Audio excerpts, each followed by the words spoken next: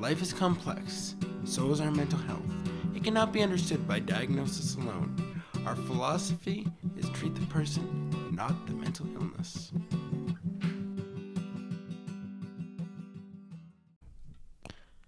Hello everyone and welcome to another episode of Humanizing Mental Health. I'm Trent and Jeremy. And I'm Jeremy Alcorn. Well, welcome to all our listeners out there. Today there are going to be 3 Alcorns on this episode. Yeah. Are we in a field of corn? It is all corn. So we should be prepared for a lot of corny jokes. Oh, always.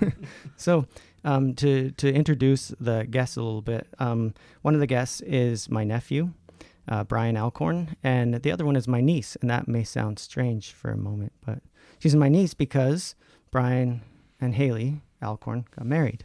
What has it been now? 2 years? Year and a half. Year and a half, yeah. And they've been actually on an interesting adventure in the last while. And this was something that we're looking at. What are other ways that we could recognize things that are related to our mental health? We've talked about a lot of different things and about how actually environmental processes are very important in terms of our mental health. Mm-hmm. And so we were juggling around what we wanted to do with the title of this episode. And then Trent was like, how about we call it A Mind on Music? Yeah. Because it almost sounds like music is a substance, a mind on heroin. Yeah. Well, yeah. And I often think about, what people have said with, for example, the Beatles music.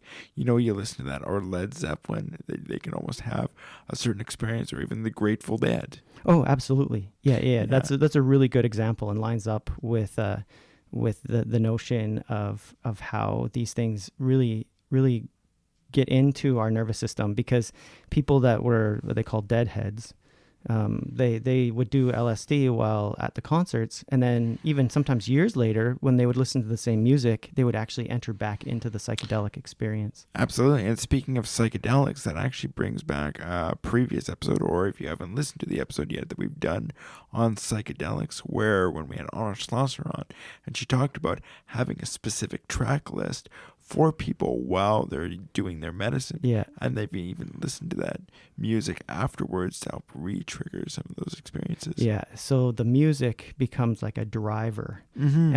And so we'd like to kind of move into this conversation. The adventure that I'm talking about, maybe you could describe what's happened the last while and the business that you've developed, and we'll talk about how that relates to people's mental health. Yeah, it's been quite the journey. I ended up stealing my wife from Swift Current in order to bring her to the hat, and as a result, Swift Current lost an amazing musician and teacher. And since then, we've been building a music lesson school, and it has been taking off more and more, and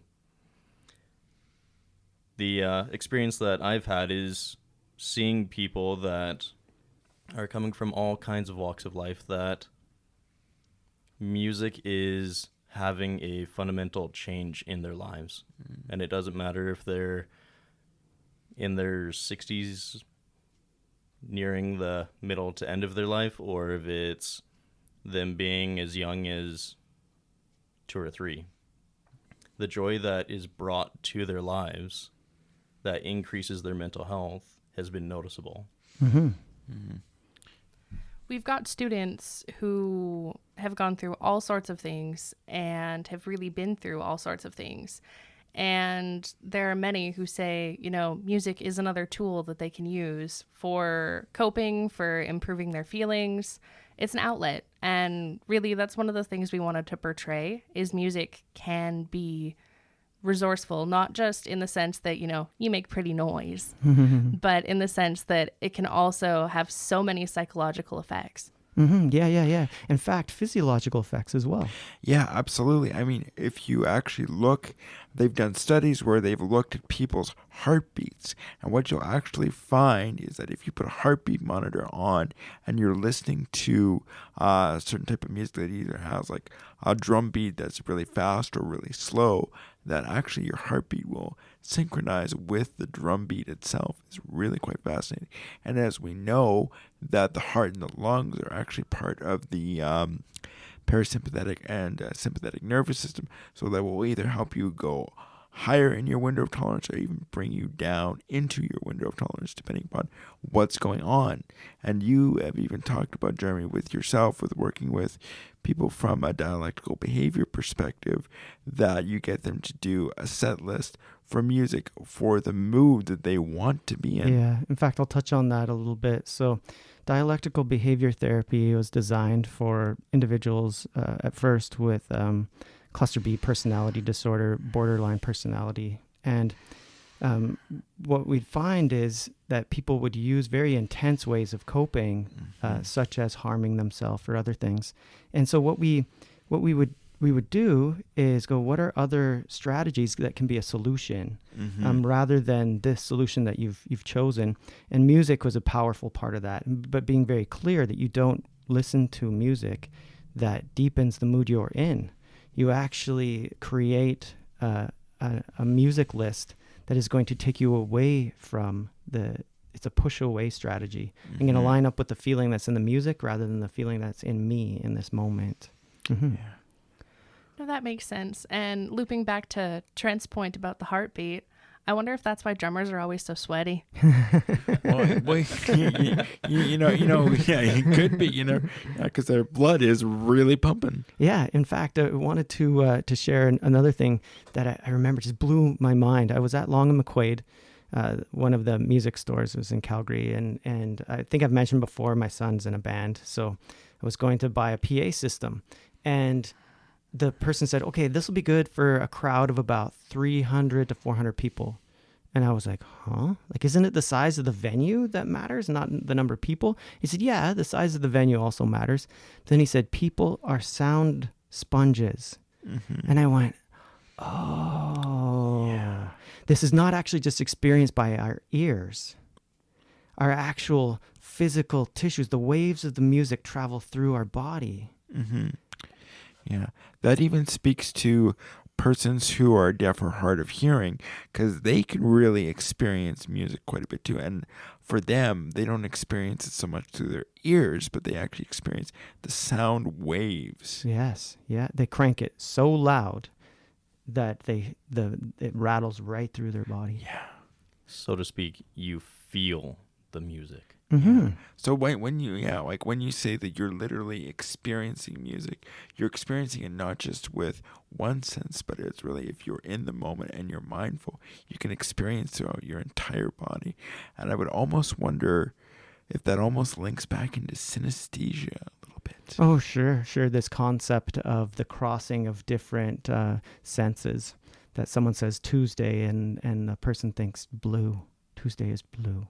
It's that blue as he's looking at my blue walls. Blue moon and blue day. And Wednesday is definitely orange. But Hailey, I'm interested in what actually, even not just teaching music, but clearly you've had a passion for music for a long time. I'm curious about the story that brought you into music. So the easiest way to put it to start is grandma and church. We went to a very small church, in a basement. It's not a cult, I promise. But we went to a very tiny basement Why church. did you need a promise? Well, I mean... I believe you. Yeah. I mean, few people raise an eyebrow. I gotcha. Well, yeah. You're not sitting here with a glass of Kool-Aid, so I think you're okay. Yeah. I left the Kool-Aid at home. Yeah. Okay. Not going to hop on to the comet that's zipping past by drinking the Kool-Aid. Fair enough. Anyway, yeah.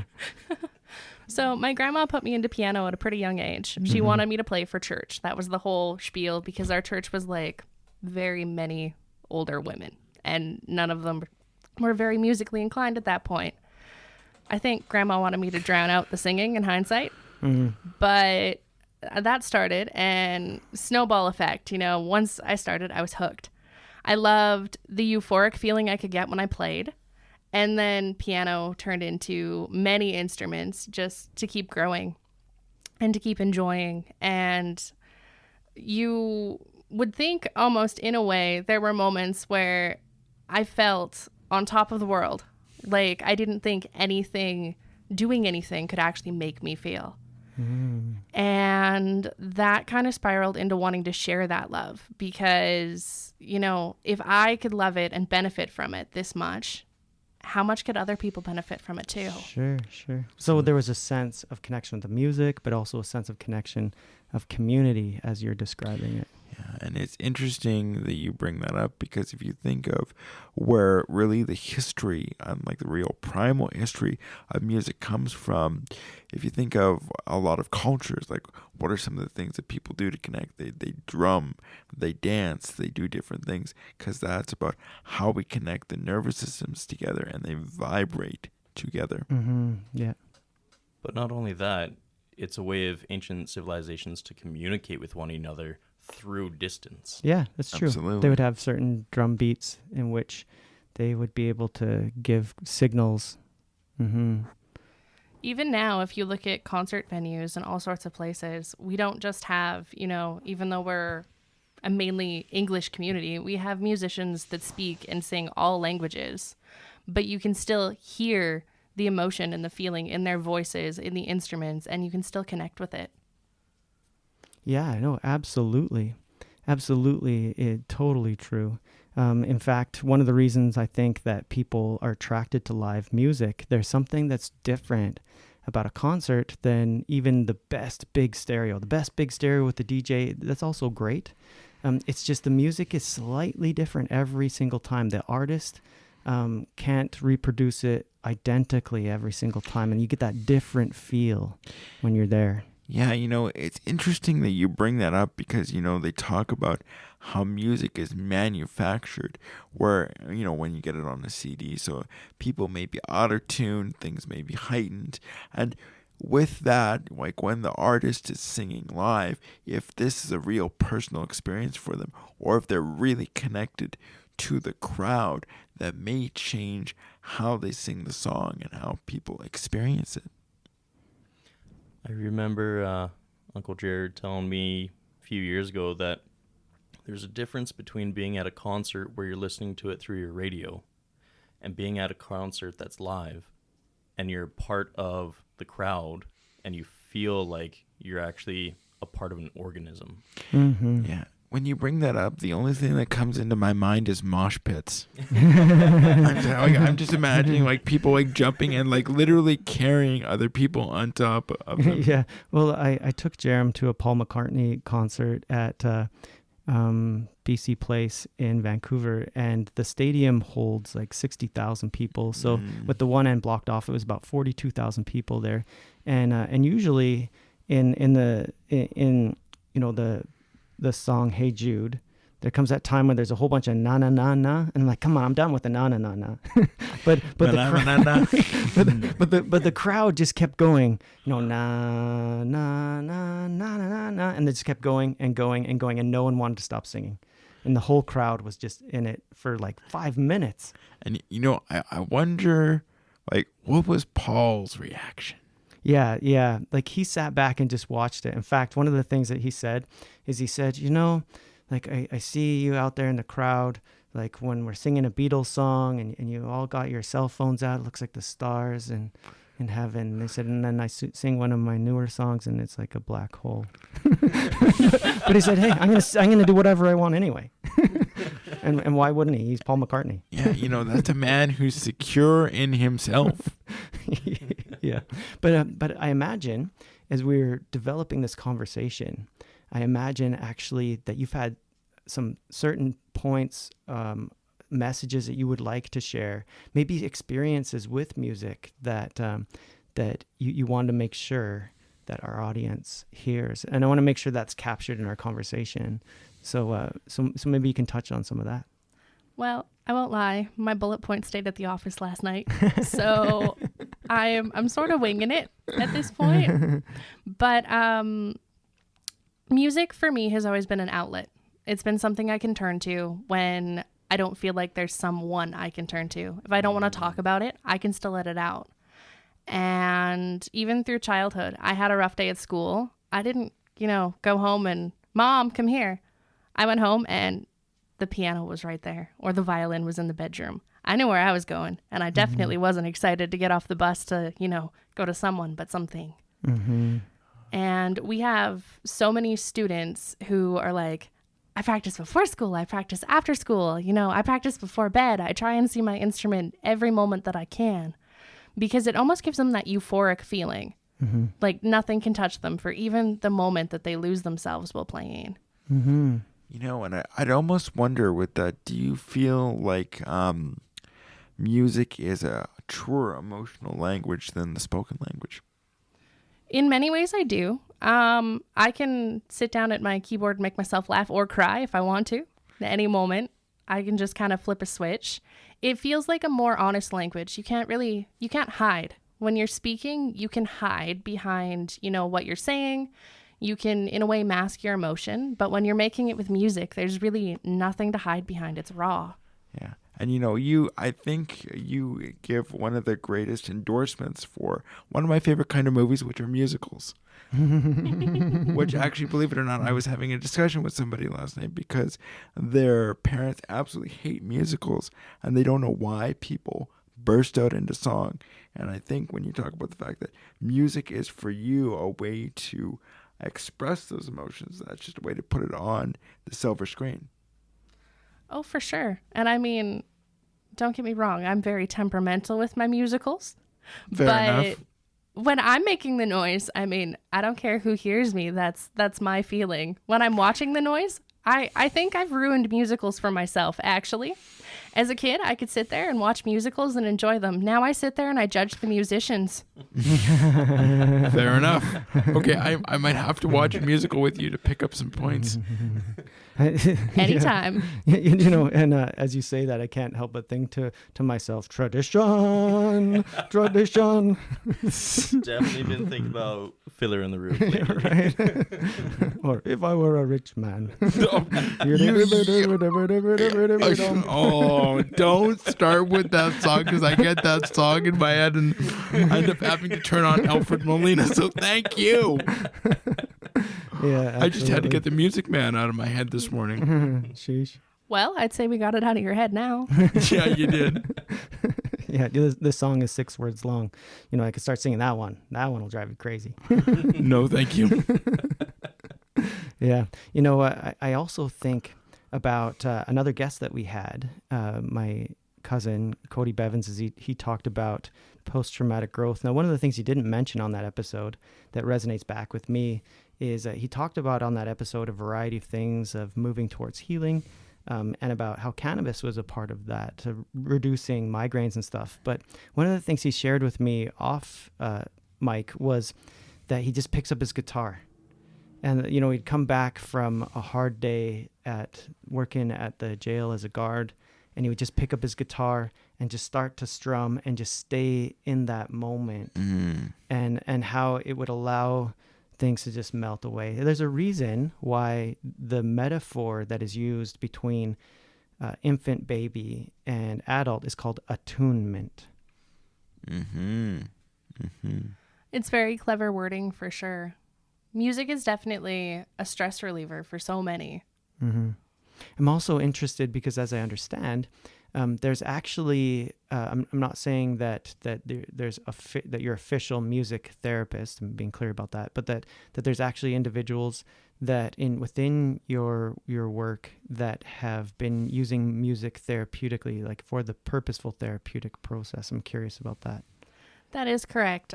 We've got numerous students who use it, as I said, kind of as a toolbox for like students with depression, anxiety, and really all sorts of other mental challenges. And they use music as a way to, release or relax when they don't feel like there's another outlet that they can utilize at that time. We also have many adult students who have like arthritis and things like that, and they're using it for rehabilitative purposes. Oh, yeah. Fascinating. Because, I almost think with that, like if you're getting lost in the music, then you're actually more embodied in yourself and you're not just focusing on the pain, and that probably allows them to actually utilize their fingers or whatever it would be without even really thinking. We've got lots of students that do that, and there's also, though there's not a ton of science yet There's a lot of promising studies that say that you can actually help the symptoms of arthritis within working in music, because you're also using it as a sort of mental pain reliever. Yeah. So as you sure. start using your hands and things like that more often, you're affiliating the pain relief you get psychologically while making music just in everyday life. Yeah, because the nervous system does not know the difference between mental, emotional pain and physical pain. And so that's a really good point. The number of times that I've heard a soldier that I've been working with say, it wasn't until I knew how badly that I was injured that I felt pain. It's like, and then all of a sudden my arm just went numb. I couldn't move it anymore. But before I actually saw that the shrapnel was sitting in my shoulder, I was just continued on. Yeah, like it almost makes me think of pain reprocessing therapy, where you're almost I wouldn't say short-circuiting, but you're getting around the pain matrix within the brain and really allowing the body to reconnect there. Yeah, rewiring. Mm-hmm.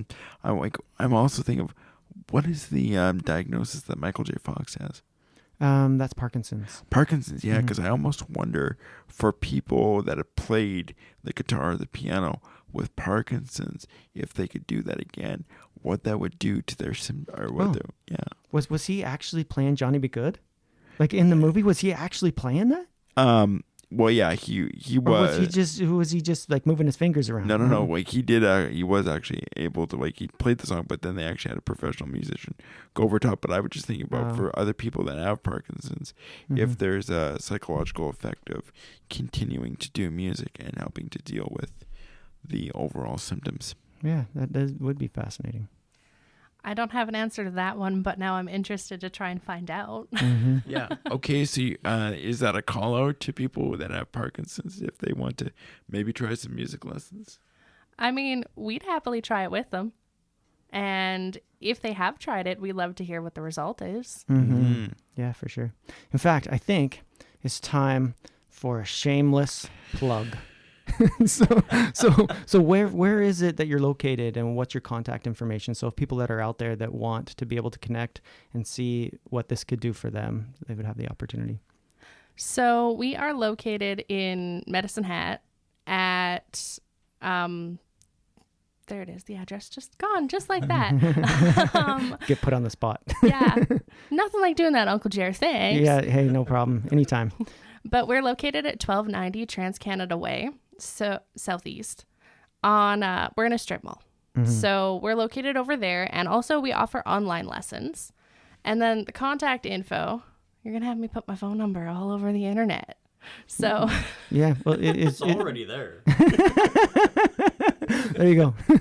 Well, when you say it that way, but you know what? bad. Like we actually have people like listening all over the world, like Norway and like all over the world. So maybe you'll have to get up at 5 a.m. to do some lessons. You know, I 100% would. But if you do want to register, the phone number is 825-903-5507, or email is info@medicinehatmusiclessons.com. All right.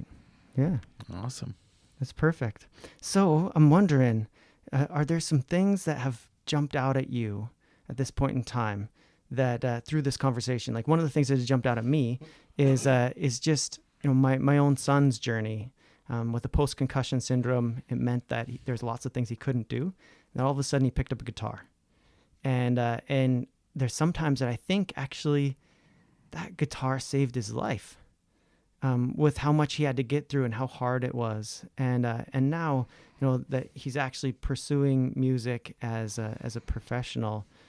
He's in university studying a Bachelor of Contemporary Music in guitar, and to see how much he had grown, how much confidence he developed by actually performing in front of people, and that over time how that led to greater ability to connect with people and overcoming those struggles.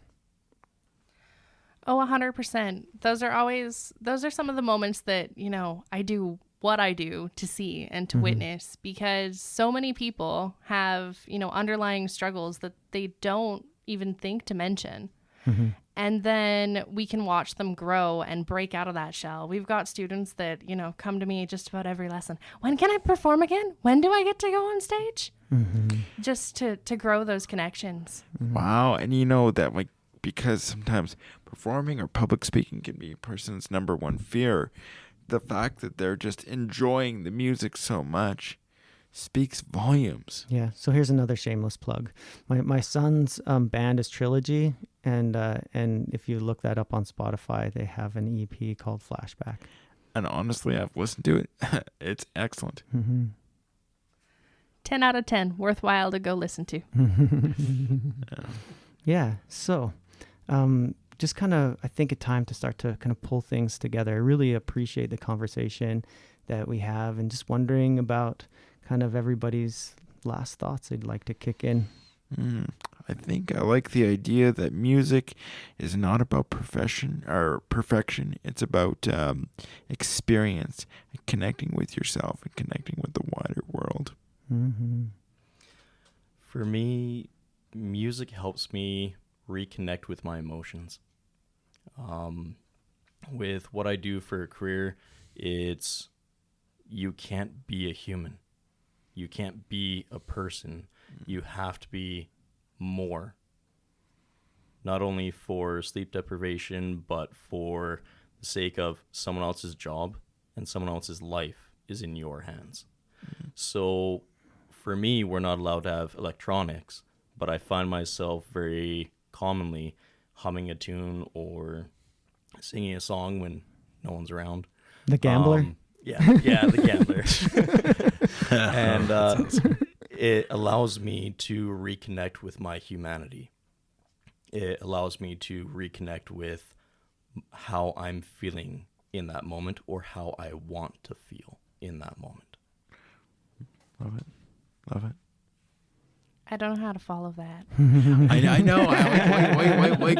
To me, I'm sorry. You kicked open a whole brand new podcast there, my friend. That's for another episode. Absolutely. And, I feel like we almost need the Gambler to play out this episode. On a warm summer's evening on a train bound for nowhere. I don't know. My favorite version is always the Muppet version, but that's just me. I bet you these two, Brian and Jeremy, could probably do it just as well. As the Muppets. Yeah. We could do it just as well as the Muppets. Well, you said it, not me. I don't know, Jeremy. You always kind of reminded me a bit of Kermit. It's hard being green. Shall we have Brian be Miss Piggy then?